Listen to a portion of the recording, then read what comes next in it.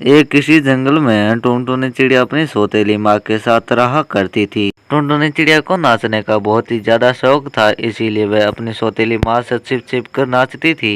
एक दिन की बात है, टुनटुनी चिड़िया की सौतेली माँ बाजार गई हुई थी कि तभी टुनटुनी चिड़िया सोचती है, मम्मा पता नहीं कितनी देर में आएगी, तब तक मैं थोड़ा डांस कर लेती हूँ। और फिर टुनटुनी चिड़िया ऐसा सोचकर नाचने लग जाती है। और फिर टुनटुनी चिड़िया को नाचते नाचते कुछ समय हो जाता है और तभी उसकी माँ वहाँ पर आ जाती है और फिर उसे डांस करते हुए देख लेती है। बेटा तुम तो बहुत ही अच्छा डांस करती हो, मैं किसी कंपटीशन में जाकर तेरा नाम लिखवा देती हूँ, तेरी नौकरी बन जाएगी। मैंने सुना है कि क्लब में डांस करने वाले चिड़ियों को ना पैसे मिलते हैं।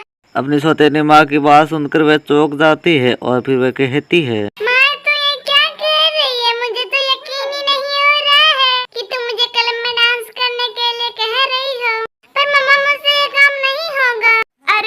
कैसे नहीं डांस करेगी? अरे मैं तेरी खबर ले लूंगी, तेरी माँ भी मरी हुई डांस करने लग जाएगी। और फिर टुनटुनी चिड़िया अपनी सौतेली बेटी टुनटुनी चिड़िया को मारने लग जाती है। और फिर टुनटुनी चिड़िया रोते हुए कहती है, मेरी कोई भी गलती नहीं है, पर मम्मा ने मुझको इतना पीटा है। टुनटुनी चिड़िया अपनी सौतेली बेटी टुनटुनी चिड़िया को षटकनाथ के क्लब में काम दिलवा देती है। टुनटुनी चिड़िया को जो भी पैसे मिलते थे वह उसकी सौतेली माँ टुनटुनी चिड़िया उसे छीन लेती थी। और फिर इस तरह से काफी समय बीत जाता है। और फिर एक दिन की बात है, सेठ कड़कनाथ का बेटा पढ़ाई करके बाहर से आता है और फिर उस खुशी में कड़कनाथ सभी को पार्टी देता है। और फिर उस पार्टी में टुनटुनी चिड़िया डांस करने के लिए आई हुई थी। जब कालू कौवा टुनटुनी चिड़िया को नाचते हुए देखता है तो वह उस पर फिदा हो जाता है। और फिर पार्टी खत्म होने के बाद वह उससे कहता है, मैं आपसे दोस्ती करना चाहता हूँ।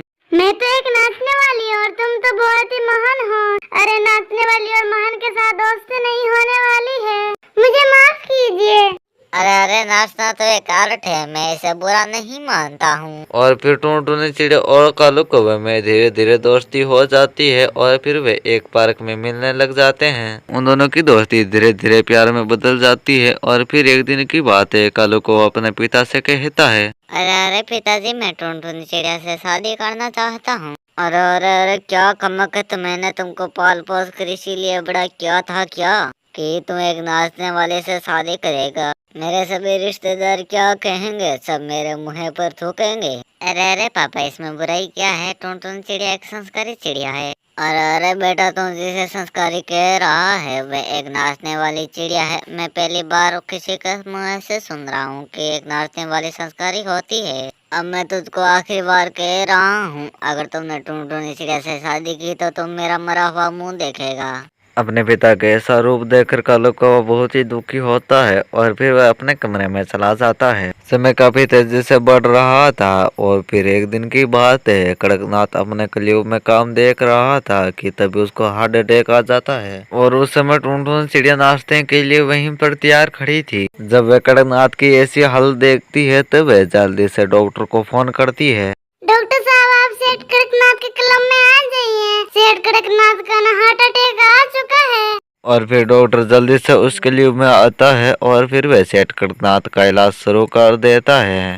ये मैं तुम्हें कुछ लिख दे रही हूँ, तुम टेमो टेम उसको दे देना। टुनटुनी चिड़िया सेठ कड़कनाथ की बहुत ही अच्छी तरह से सेवा करती है। और फिर जल्दी से वह सुस्त हो जाता है। और फिर वह एक दिन कहता है, अरे बेटा, मुझको माफ कर दो, मैंने तुमको बहुत ही ज्यादा गलत समझा था। आज के बाद मुझे माफ कर दो, मैं तुमको अपनी बहू बनाना चाहता हूँ। क्या तुम इससे खुश हो?